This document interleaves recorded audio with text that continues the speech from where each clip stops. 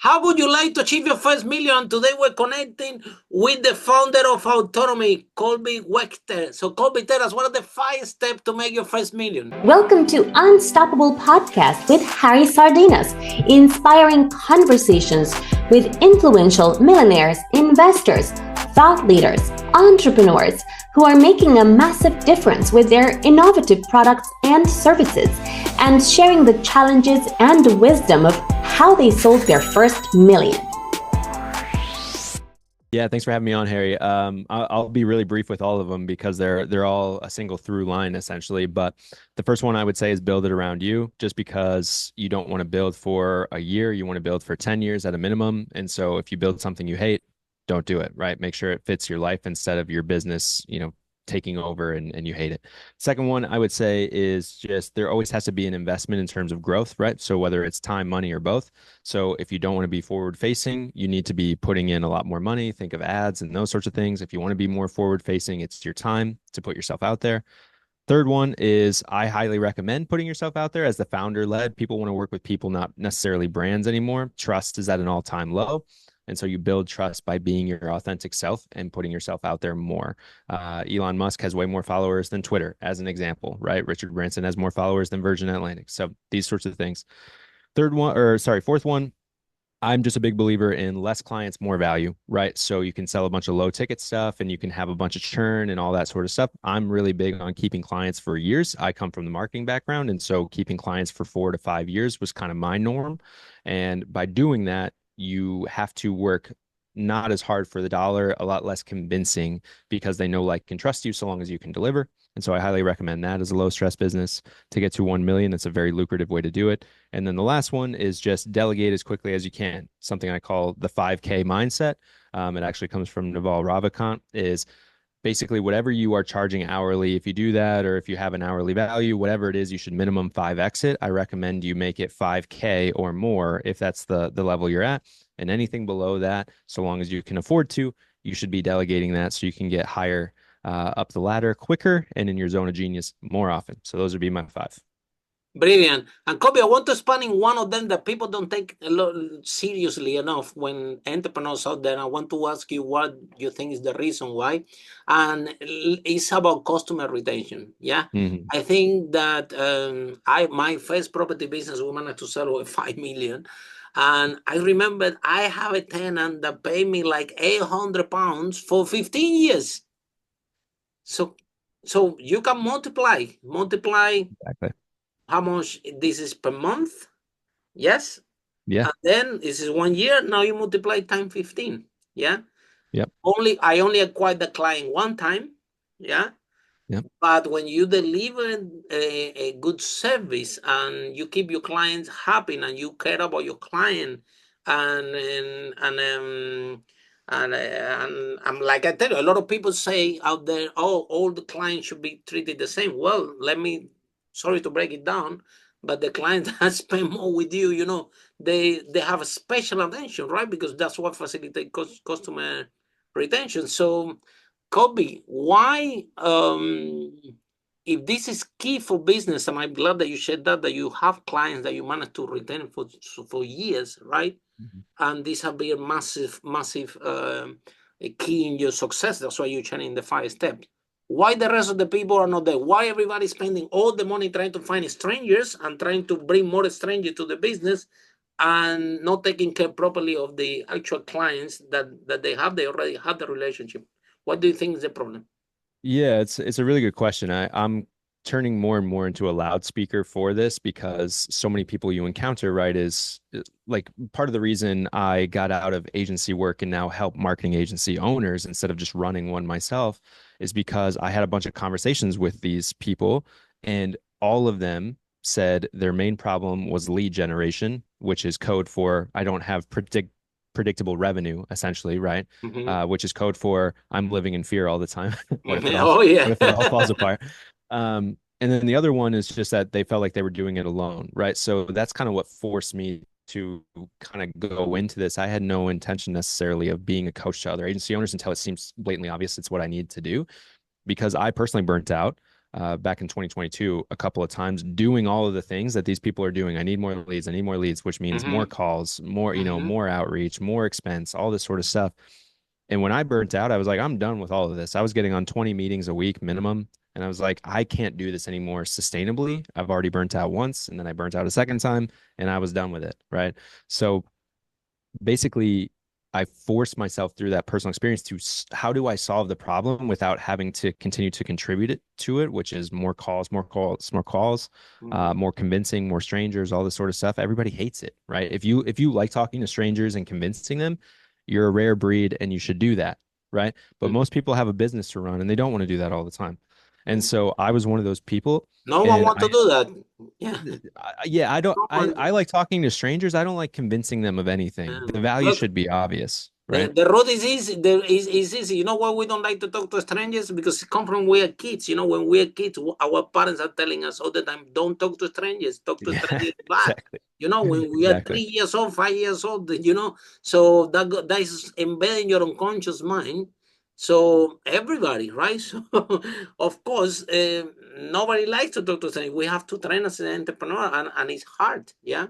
Yeah. Well, and I think from your lens too, let's just think of $1 million and I'll try and tie a tidy bow on this. If you asked any person, regardless of what industry they're in, if they did service-based business and they required clients on a retainer model, they would say they'd prefer less than 50 clients, probably like 20, 25 clients to make a million rather than 120 to make a million, right? So Absolutely. we're talking value. What's the downside with it? Okay, if a client leaves, then you're losing a large chunk. But so long as you can keep a core happy, which is retention, and it's not nearly as hard as you think, and you can increase their value over and over, you have a very healthy, low stress business. It's predictable, right? And that's what clients crave too. Like if the question is how do you retain clients for years, it's really, really simple. Don't make them guess what's going on. Tell them exactly what's going on, right? When we delivered marketing, they could see all the data live. They didn't need me to explain it because I educated Mhm. them. I would be proactive instead of waiting for them to have a problem. I would say, hey, I'm noticing these few things that I'm watching. Which one of these do you want to take my attention for your business? Or this is where people really fall short to answer your question, I think, because now I'm going on a tangent, Harry. But to answer your question in terms of why wouldn't people do this, once they get the client, they stop asking questions. They stop solving problems. They bought my thing, right? When I Mhm. burnt out, we needed to make more money. And I didn't want to just waste my soul away by being on sales calls and talking to strangers, like we said. So I went to every single client and just asked a bunch of questions. Hey, Brilliant. we're doing this Brilliant. really, really well. What other problems do you have? And because they already knew, liked, and trusted me because we'd been working together for a while, they told me. And then I'd say, okay, tell me more, go deeper. Why is this a problem? And then they'd tell me. And then I would go to them and say in that same call, hey, this is kind of what we can do. This isn't perfectly fitting our service, which is why we're not doing it right now. But if there were a way to solve X, Y, and Z problem, and let's say I just put it into a slide deck, not even a proposal, just to like see if it would work. Let's call it a beta program. If we could solve this in a beta program, would that be something you'd want to talk about? Easy, yes. Of course. I have a problem. You think you can solve it. Let's hear more. You put it into a slide deck. You spend 20 minutes. I give all my students and clients like templates that they can use, that I personally used to like generate ridiculous amounts. And I'm not a salesperson. And then you say, hey, here's a solution to your problem. Do you want this? And you put a price tag on it. They already know, like, and trust you. So it's not awkward.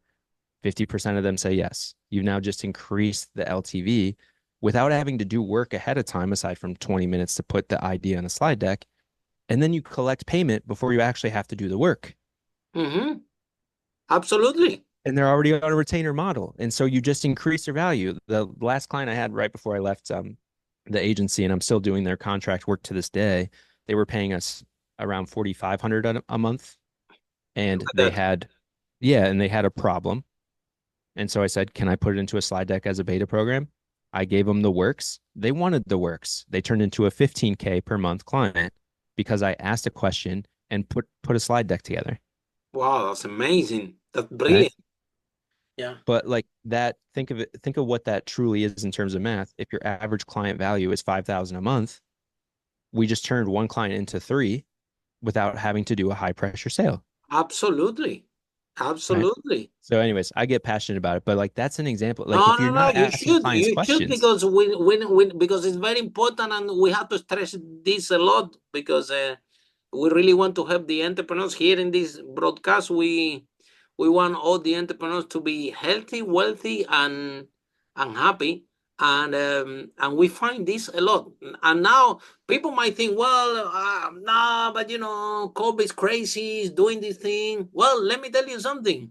The Amazon, the biggest company in the world, the more money he make, yeah, that's the only reason why they are brilliant is because they are experts in customer retention. yeah. They And think of the knew flip from side day with this one in too. the dot com. Eh? Yeah, not to cut you off, but think of the flip side with this too. If you're very one-to-one service oriented with retention, the more work you do for them, the harder it is to fire you. Mm-hmm. If you Yeah, if you if you complete one service, like you design a website or you do social media or whatever, easy to fire you because they can just replace you. It's a one-to-one. But if you do all of their marketing, website, events, copywriting, social media, ads, whatever, absolutely. No, now you're a more. partner. They can't fire you. Exactly. It's Yeah, like your CMO is like your growing partner, part of the thing, but also uh, like Amazon, right? Why Amazon? All the success of Amazon is very simple. They say, okay, we're gonna put all the money, energy, and everything we have to make the best customer experience exactly. for our Why they're clients. leading the way. Yeah. Yeah, so they can buy books. Yeah, because Mhm. that's what they were selling, books. Yeah. Yeah. And look at this, yeah. Now everybody's comfortable buying from Amazon a computer. So why would you buy a computer from a bookstore? Yeah, doesn't make Mhm. sense.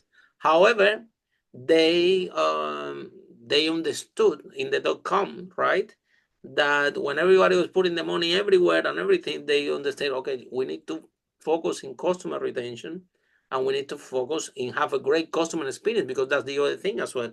These people, they are coming back to you, and you sending this pitch deck, and they say, yeah, and they pay you upfront. You know why? Because you have delivered an excellent service for them on the Mhm. first place, on the first product they bought from you. Yeah. Yeah. And they got a lot of value out of it. Yeah. So if you focus in like you said, in your clients, like not to get the dollar and give the least value possible, but actually deliver a lot of value for your client, guess what? They keep repeating and buying again and again. We have clients, we have clients that any product we launch, they buy.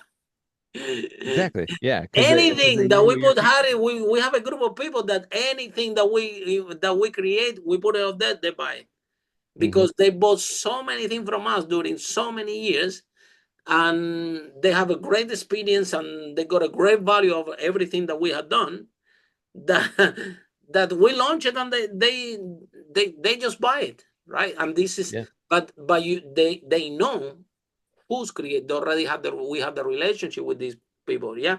So I Mhm. think, Kobe, the problem is that people are not prepared to deliver this excellent service in a way that is required, and give the final a lot of value to this first client, without knowing that this isn't a space for permission to marketing. With this isn't a space to open that relationship. Yeah. And Yeah. you can end up, offering more products and services to this client. So what advice do you have, again, for people that taking, okay, let me give you an equation. If you have $100, yeah, Hmm. how much money you will spend getting new strangers to your business, and how much money you will use to offer more products and services to your actual clients, and to do, for example, customer appreciation. Yeah. Hmm. For example, when you can do a party, you can do something that you can bring them all together, or sending a present for Christmas or whatever to these people that are buying from you again and again. So out of the $100, how much money you will get? You will get to get new clients, and how much money, because it costs you money also build the relationship with the clients, Of course. Yeah. and yeah. So how you split your 100 quid, $100? I'm gonna sound like a weirdo, but I'm gonna spend $80 on the client. I And agree with you 100%. yeah, and I 22, Brilliant. I wouldn't even call it acquire. I would call it to test, right? So the other $20 is just literally testing, because my expectation, much like you said, Harry, is that you deliver so well for clients Hmm. that, and I've created systems around these so you can do it predictably. But like, even if you don't have a system and you just ask occasionally, you should be collecting testimonials from clients. You should be plastering their case studies all over the place. You should have a referral, not one-time bonus, a perpetuity bonus, so that when they refer you to someone and you sign people up, they keep getting paid, which incentivizes them to do what? Refer more people, right? Absolutely. And so it should start to turn into a very predictable sales engine. Now you have to earn it. Everything you said prior of like getting to that point where you can just say, "Hey, we're doing this thing," and it sells. That's because you earned it up to that point, because you had such a valuable service, because you were highly reputable, because you delivered on what you said, right? So if someone's listening to this right now and they think, "Oh, okay, I'll just get 20 clients and I'll just keep them." It's like it's hard work. Like, you have to talk to your clients. What I'm trying to get across is not this is easy. I'm saying it's less stressful once you've gotten to that point. But a lot of the issues I encounter with people I serve is when they get a client in the door, they think the job is done.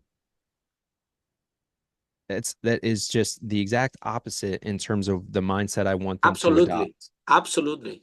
right? When you get a client in the door, you should be looking at whatever their starting investment is. How can you 10x that over the course of the next 2 to 5 years? Because you were so freaking valuable that they would be afraid to leave you. So you know how Alex Hormozy talks about make offers that are stupid, make people feel stupid for saying no. You should have a service that makes people feel stupid for leaving. Hmm. That's what you should have, right? Hmm. And so you have to earn that. But I find everyone's trying to do what everyone else is doing. Just talk to your clients.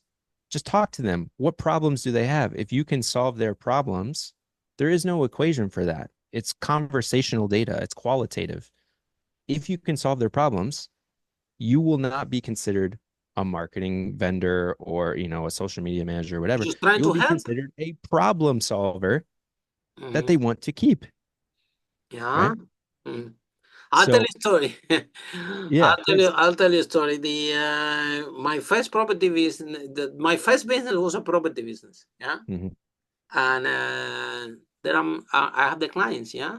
And then the clients sometimes they live in the rooms, and I said, "Guys, what are you checking out?" And they were telling me, "Well, Harry, is we came from Europe to London, right? And but we come here to learn English. Yeah, I'm coming from Spain, from Germany, from and um."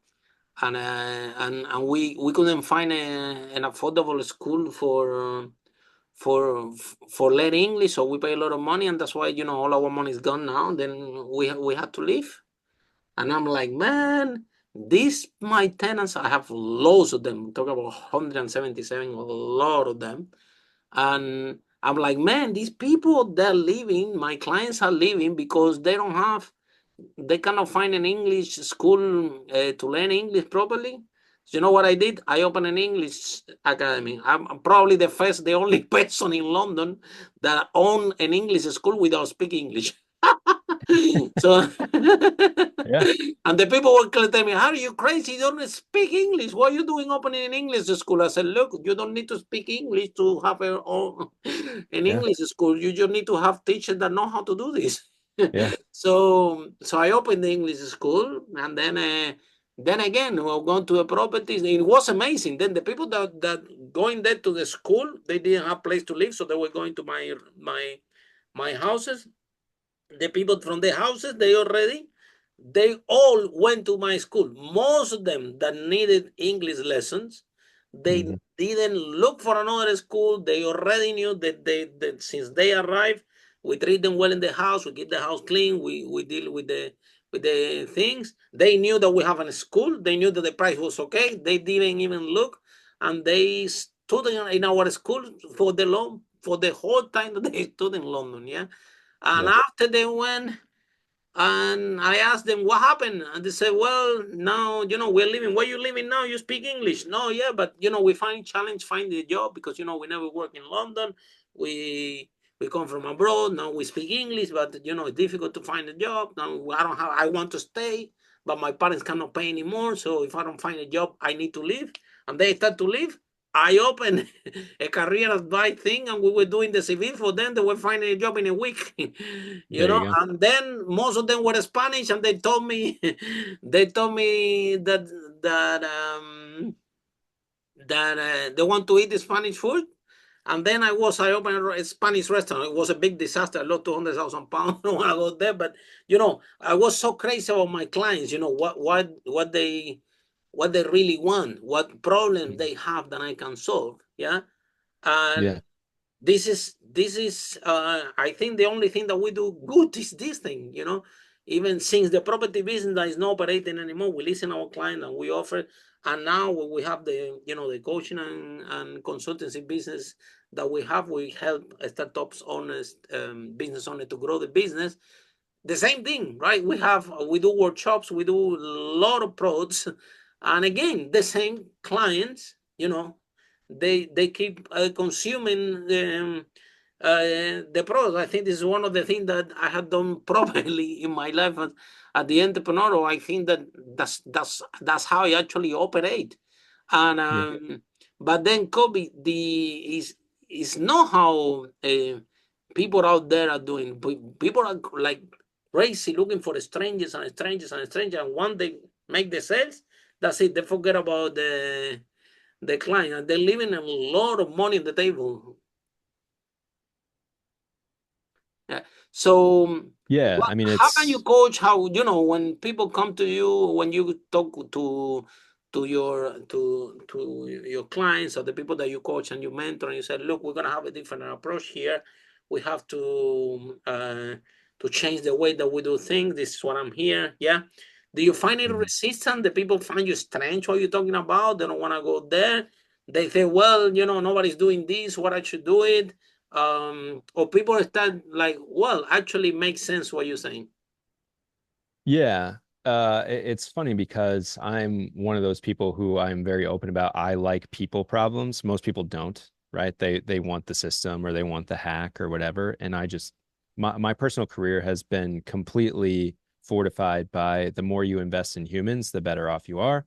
100%. And so when it comes down to do I get resistance from them and that sort of stuff, I think a lot of the initial conversations I have with them are more of like shock, but it's not shock and like, oh, I've never heard that before. More of like, wow, that seems really simple and obvious. Why am I not doing that? Hmm. That kind of thing, right? Like, but a lot of that, Harry, I would say rooted in kind of like fear-based thinking, right? When it's their business and these people they're fulfilling, they're selling, they're managing, they're doing everything. They're the chief everything officer, and it's a terrible place to be. And I've been there, They're right? exhausted. They cannot see. They're Some exhausted. people said that the chess game, you can see better when you're outside, right? When they're Exactly. working on that business, you can have a gold mine next to you. You don't even see it. Yeah, and you actually are wording it really, really well there. That makes me want to change my answer a little bit. Is I say this to every single person I work with is that you already know the answers. I'll just rearrange the sentences for you, right? Hmm. Because what I think I'm honestly doing with them is not something they can't do themselves. They can, but for whatever reason, because of fear or because of exhaustion or because they Something's on the simply way. just, No, they yeah, need a coach. You need a mentor. they need permission. They need that push. They need like, hey, if you don't want to work 70 hours a week, then don't. Mm-hmm. Find a way to make your business work in 40. And Mm-hmm. don't tell me it's not possible because you see other people do it all the time. Don't say it's not possible for you because have you really tried? Right. So these are the sort of things where I'm not incredibly tough on the people I work with, but if I can see that what they are seeking is right in front of them Mm-hmm. and they're resistant to it because they don't understand it, because we're always, the devil, like I had terrible work habits for years and years and years until Mm-hmm. I finally hit the bottom and I was like, there's only one way to go. It's got to go up. Yeah. Right. But I did that all personally. I had mentors in like the business sense, but I didn't have someone who was like, hey, You're okay. Let's work on these broken pieces, right? So it's a lot of that. Honestly, I think it's just like permission through the lens of somebody who's been there before. Yeah, Because that's what my it is, Kobe, because you yeah, burn out several times. So yeah. when you talk with them, they're already exhausted and they can feel that that this is someone that have been in my place, because some of these entrepreneurs probably they don't seek for mentorship and for help because they Mhm. don't feel that the mentor or the coach can represent them, can understand what they're going through Yeah. because they haven't experienced it before. Yeah. But if you can find, a mentor like you write already, you said that you have burnouts almost twice. Yeah. Yeah, twice in Now the you same have to area. repackage yourself and to realize, yeah. Now, the people that whoever is doubting that what we're talking doesn't make sense or it doesn't work, just look at the broadband companies, at least here in UK, you see they give you the internet company, they give you six months for free. Six Mhm. month free internet. Okay, you go, then you pay us after 6 months. Don't worry about it. And why? Because these companies understand very well the long term value of the client. They know very well that once this box goes to your house and the internet works, you're not gonna change this in your life. It doesn't matter how much you pay. Yeah. they know that very well. And on top, they can offer you more services like TV channels, like the football that we were talking about previous the podcast. And then they call you, look, by the way, we have football, we have this, we have TV, we have, you know what I mean? Mhm. So this is how important it is. So if you don't want to listen what we are saying, look what the big companies do. They understand very well. Look what Amazon does. Because the other thing is, Colby, nobody knows, but probably the the way that you find about Amazon, it was because a friend told you. Look, Mhm. there is a website that is amazing, man. You order whatever, they will arrive to your house. If you don't like it, you ask for the refund. They send you the money. You can say the thing later. They send you the second thing again. No question asked. The people are amazing. That's that's how we find out about this thing. Mhm. Now everybody knows about it, but in the early days, it was that they were obsessed to trick the client, to give a lot of value to this client when they enter the door of the first place, but also to maintain the relationship with this client and to reduce the friction Mhm. between the process of this client. So when you go into the second step, that say, hi, do you have a second problem that I can help with? You have a clear path, right? And then do you have a client that that they're already aware, yeah, and they know that, well, if I got a lot of value out of the first product that I bought for this person, yeah, and now Mhm. they're trying to solve me another problem, yeah, is less risk for them, right? Yep. So um so the other thing, Kobe, is we want to talk about marketing in general, sales, because something that is really frustrated and I see out there a lot in entrepreneurs, yeah, is that when things goes wrong and we have COVID, we have a bad situation, everybody goes and they, oh, you know what? I'm gonna cut the budget in marketing, yeah. Yep. Always. And yeah, that's the first thing that everybody does, yeah, without knowing that marketing is not a cost, it's an investment. It's this is not a cost, it's in the wrong place in your balance sheet. This is an investment for you to acquire clients. If you set your pro for 10 and you're spending 2 acquiring the client, you can do this all I know. In fact, if there is bad conditions in the market and everybody cut the marketing budget, better for you because less competition. These ads for Facebook and whatever, they're bidding, so the less people, the cheaper. So Mhm. why, Kobe, when everyone is scared, when things go wrong, when COVID comes and things happens around there, everybody, the first thing that they do is, you know what, um, let Cut it me off. let me cut my marketing budget because things are not going well. So what advice do you have for those entrepreneurs? Yeah, it's interesting because I have like three things in my mind, so I'll try and be brief with all of them so I can say them all because I think it's really a mindset thing. So first of all is people look at marketing as an expense, and it's I can tell you from personal experience, we had around 60 clients at the time when Wow. COVID hit with our agency. Wow, We lost, 60. yeah, we lost one. Wow, that's amazing. Yeah. Really? Now we lowered some of the investment on a handful of them because we knew, okay, hey, you have to hit payroll. But why did we keep all those clients? And this is the second point. When it comes down to it, if you look at it as an expense, you do not deserve to grow your business exponentially. Now, you might get lucky and you might hit whatever. I don't care because marketing is the lifeblood of sales, and sales is the lifeblood of your business. Okay. So, like, if you turn off, like, you can't, that's like taking air away, right? Hmm. You can't live without Absolutely. air, right? But like air, marketing is very unseen to a lot of clients. Now, we worked with small businesses. So when you don't know how something works, or it seems like this magic or pie in the sky or whatever, it's very easy to let go because it's like, I have no idea. It's like having a random subscription when you go through your expenses every month or every quarter. And like, I don't remember this business at all. Like, I'm just canceling this subscription, right? Hmm. Marketing should never feel like that. And so how do we not lose clients is because this is going to sound crazy, Harry, but I recommend this to everybody. Demystify the process. You are not special. The reason clients didn't think of our service as magic is because I explicitly told them not to.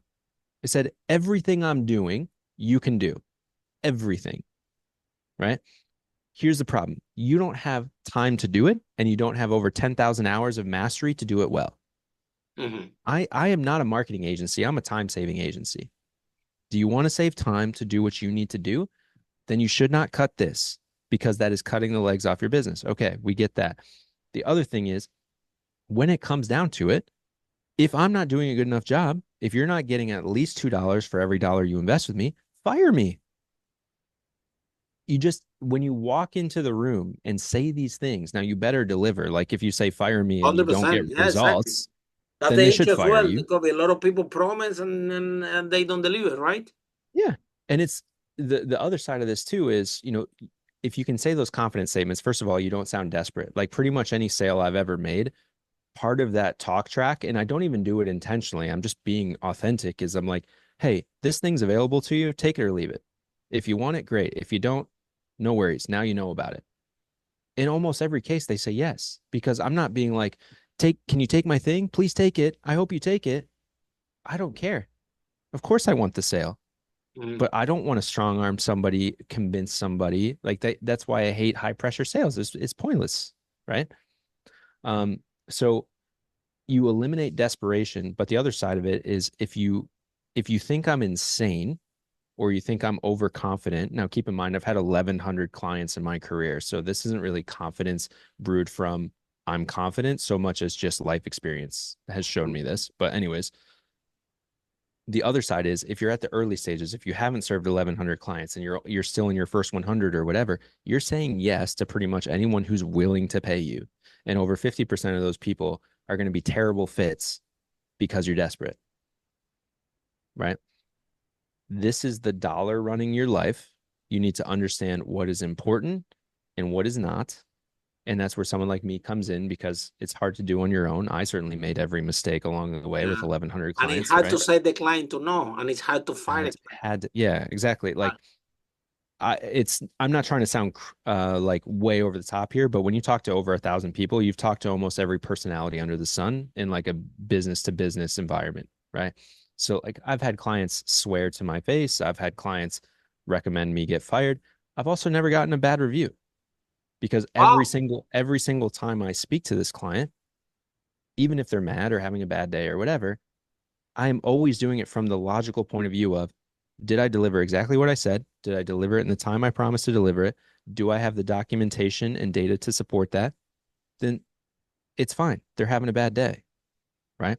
And so it's one of those things where it's like all of these experiences combined, you can do these day one. You just have to believe in what you provide. You don't have to have 1,100 clients to walk in there and say, I don't need your business if you don't believe in it. You Mhm. want to say that. If the client doesn't believe in it, don't hire that client. 100%, 100%, 100%, because there are some clients, you know, that if they're not the right fit, this is gonna be a nightmare. They will consume more time, more energy, more. They're not the right fit on the first place. Yeah, saying They yes too much is probably the biggest contributor for agencies not lasting over 3 years. Like you just said yes too much. You didn't know who you wanted to work with. And so anyone who said, I'll work with you, you said yes to.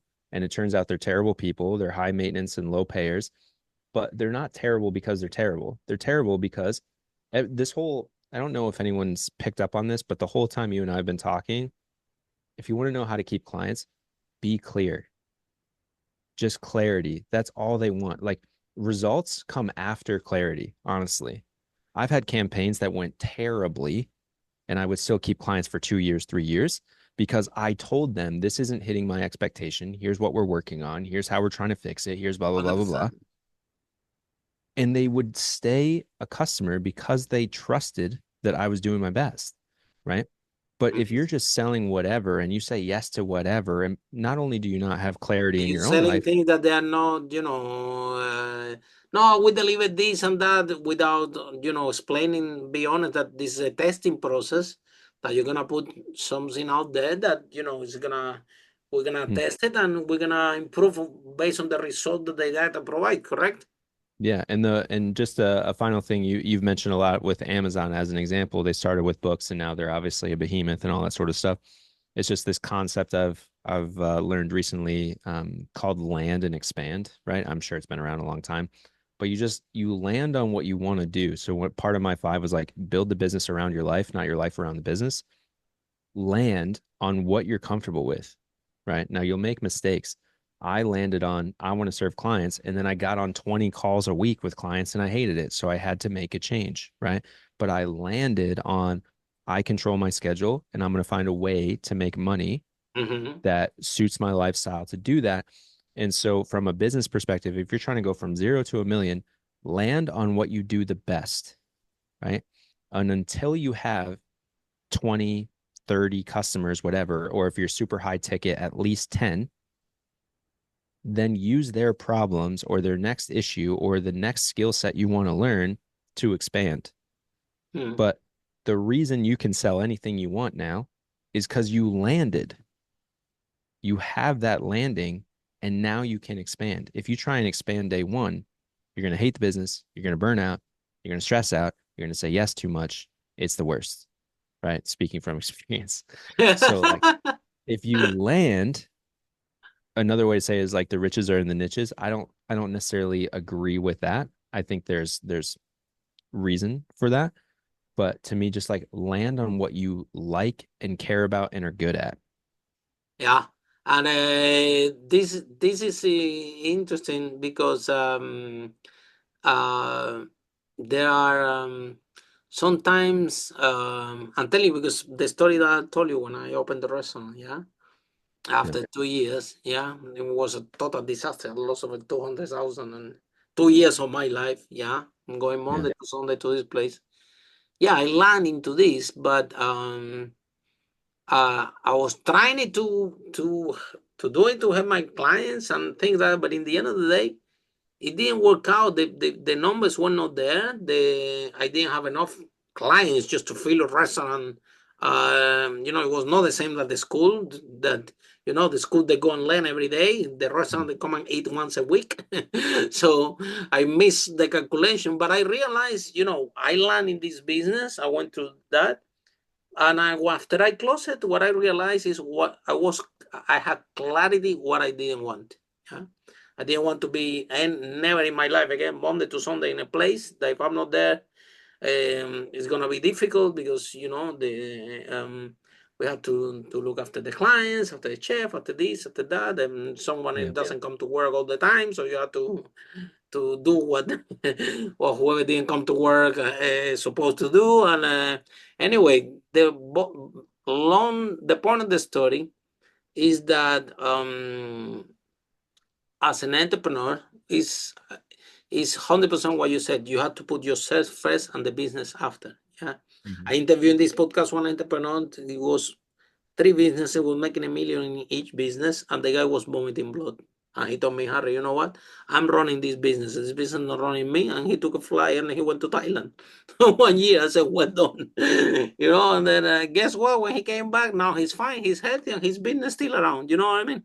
So sometimes when in the purpose to build our business, we lose ourselves. And if we are not mentally fit, yeah, the business literally can kill you.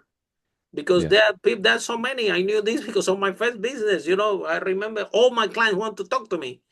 And I'm like, these people are crazy. Mhm. If they talk to me, they're gonna kill me. When I gonna sleep? There are too many.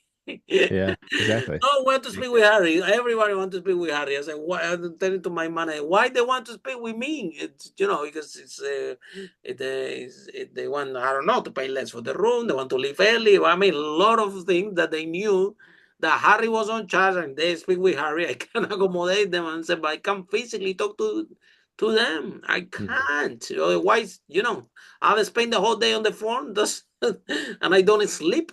There is, and I'm thinking these people are going to literally kill me. They don't care. They Yeah. just want to talk to me, and they don't care about anything. I'm on the other side. Said the people are going to kill me like that.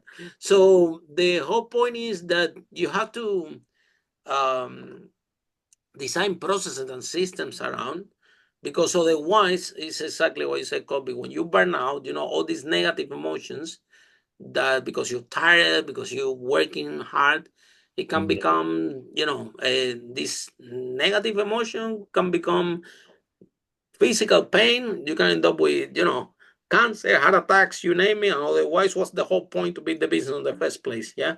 So I'm Yeah. glad that you're helping, this product that you offer to the marketing agency. I think it's brilliant because it will bring them back to life. What's the purpose? Why you do the business in the first place? In my property business, I remember the first one day I arrived to the office and my team told me, the girls told me, Harry, go home. We don't need you. We can run this business without you. That's why I was so bored opening restaurant and doing things. Yeah. The business was operated by itself. The team was doing it. They didn't need me. I'm like, do you need paper in the photocopy? And they said, no, go home. We can get our own paper in the photocopy. Go home. So the whole point is that's how you beat the business in the first place, Yeah. right? To give people freedom, and it's a lot of people. I resonate with you because I've been there as well. Don't get me wrong. Yeah, we all been there. Yeah, in the 20 calls, 30 calls every day, trying to offer the product and burn out and end up exhausted. Yeah, until you Mhm. achieve. Yeah. So, but also, Kobe, um, people need to, and I think this is the biggest problem. So, what message do you have for people, or for the entrepreneurs, or for those marketing agencies that are still in this rat race? Yeah, making all these phone calls. They're tired. They're exhausted, but they don't want to give up. That they actually need help, and Yeah. they are still with the ego, and I can do everything by myself. And then they don't understand until they don't surrender that ego and they ask for help, they're gonna have the same result, because it's like we share. If you want different result, you have to take different approach, right? Yeah. And everything you said there kind of reminded me of a mantra. I'll probably butcher it a little bit, but it's don't spend so much time building a life that you forget to live it, Mm-hmm. right? And it's which sounds like really catchy and all that sort of stuff, but like if I were to give practical advice, a big thing for me, one is um if you have the ego, I had the ego, We all have and it. Otherwise, we cannot have about a yeah, business. we still We do. also I we mean, are you never get rid entrepreneurs, of it. so without Yeah. that, we cannot be business. So the ego is there, but Yeah. But the thing with it is just like there is I want to give everyone permission. There's zero shame in asking for help.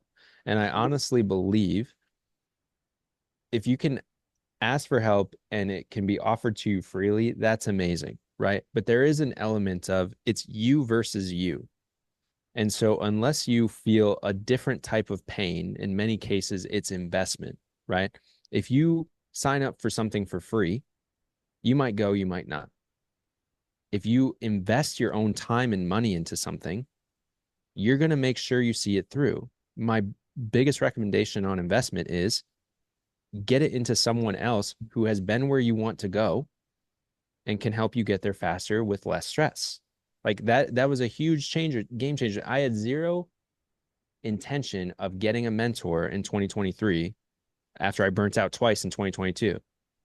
But because there was only one way to go and a mentor presented himself and I paid him, I immediately started seeing, wow, Huge this is what breakthrough. normal Huge feels like. breakthrough. Yeah. So, because I wasn't normal for years. I didn't take vacation for years. I didn't like Wow. chill out ever. Right. But if you need practical advice and all that sounds like way too daunting and all that sort of stuff, kind of take what you were saying, Harry, what I call it the anti-vision, right? It's so hard to know what you want to do because it's like this big aspirational thing. In seconds, you can tell me 10 things of what you don't want to do, right? Write them all on a list and start Yeah. building your business around that. If you don't Yeah. want to take sales calls, it's 2024. You don't have to take sales calls. I agree 100%. Yeah. If you don't want to have a huge team, you don't have to. Yeah. It's That's like what I all did of with these the things. restaurant. That's what I did with Yeah. the restaurant. When I closed the restaurant, I said, you know what? Okay, I don't know what I want, but I have very clear what I don't want. Yeah. And I the don't rest want of your life this. I is don't want this. I finding. said, I'm never going to open any business again where I have to be 24/7 in a place, in a Exactly. physical place that I have to wake up and go there and stay there Monday to Sunday. I said, so I have so much clarity what I don't want that now what is left is what I want. And then when the business that we have now, the business that they are so they have freedom of Yeah. time. We can do it from anywhere. We Well, you could we have ask your a small listeners team. too. I already have a huge team. Yeah, run the large operation. Already have their Yeah. senior clients. Not a big fan of large teams. Yeah, so we have few people in our team now. They're amazing. Yeah, in my opinion, they're worth everyone worth like 10 people. They're brilliant, but there are very few. Brilliant Yeah. all of them. And this is we're trying to keep the business in the way that work for how we want to live our lives. Yeah. Mhm. And the other thing is, Kobe, that you see so many the people out there. No, don't give up, don't give up, don't give up. How many times have you seen a fly go through the glass window? Yeah. Yeah. Right. So you don't give up, but if you don't change the approach, and you're gonna burn out because the fly will never go through the glass window. It doesn't matter if it doesn't give up. Yeah. Uh, And studies have shown like anyone who's doing multiple things every single day typically only have like a 6-month runway. So if you've been doing that for years and years and years, where you've been that chief everything officer, you're already burnt out, more than likely. everything, officer, I love it. Kobe, so So if people want to learn more from you, how can they find you? yeah, so I'm How very the selective process with work? yeah, I'm very selective with who I work with. So I speak to everyone. You can't necessarily sign up for anything with me until you speak to me first.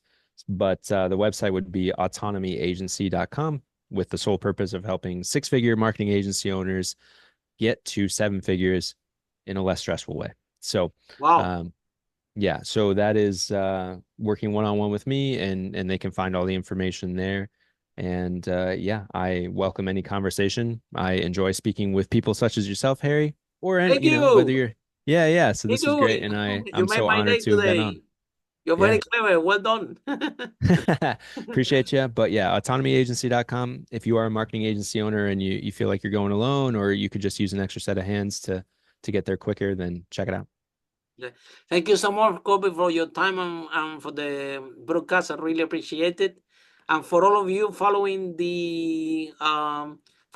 in Spotify and in Apple and in all our social media. See you in our next episode of Unstoppable: How Brave Entrepreneurs like Kobe break that wall and achieve the first million. Bye for now. Thanks, Harry. Pleasure. Follow us for more interviews with world's most influential, audacious entrepreneurs that overcame challenges and adversity, providing you with the blueprint of how they sold their first million so you can grow your business exponentially.